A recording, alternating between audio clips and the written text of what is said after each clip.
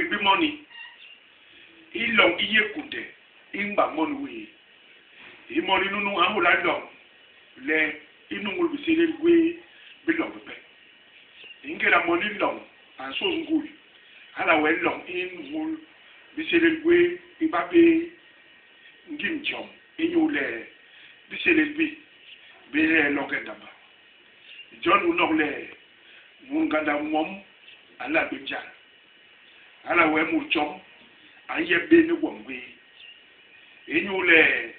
ingela long inu ngul bi sele we bi long be bi som bi sele bi ni monu wa long inte la bakin ba mon ni nunu enyule ike long ipe jole bi long be binkile monu wa an so ngui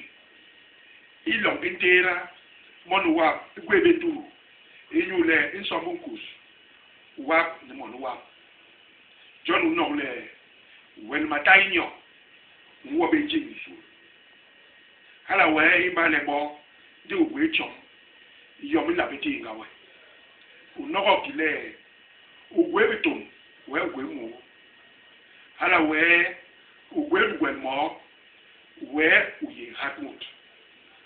ingera long mbang money we ndi ngo bitele we itabe bum ba choba yor hala we itabe long yele tonje ala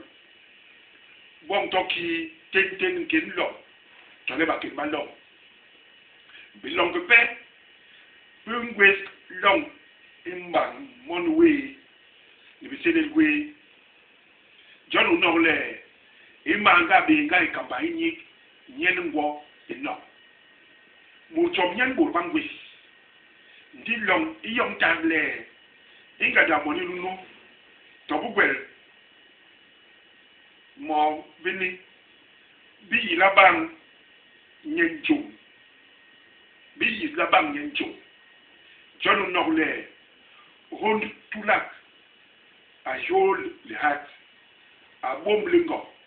le cool et nous voilà nyendong et la maïle le bangmoni le lobe c'est le billet qui dit pas un capitaine ça va y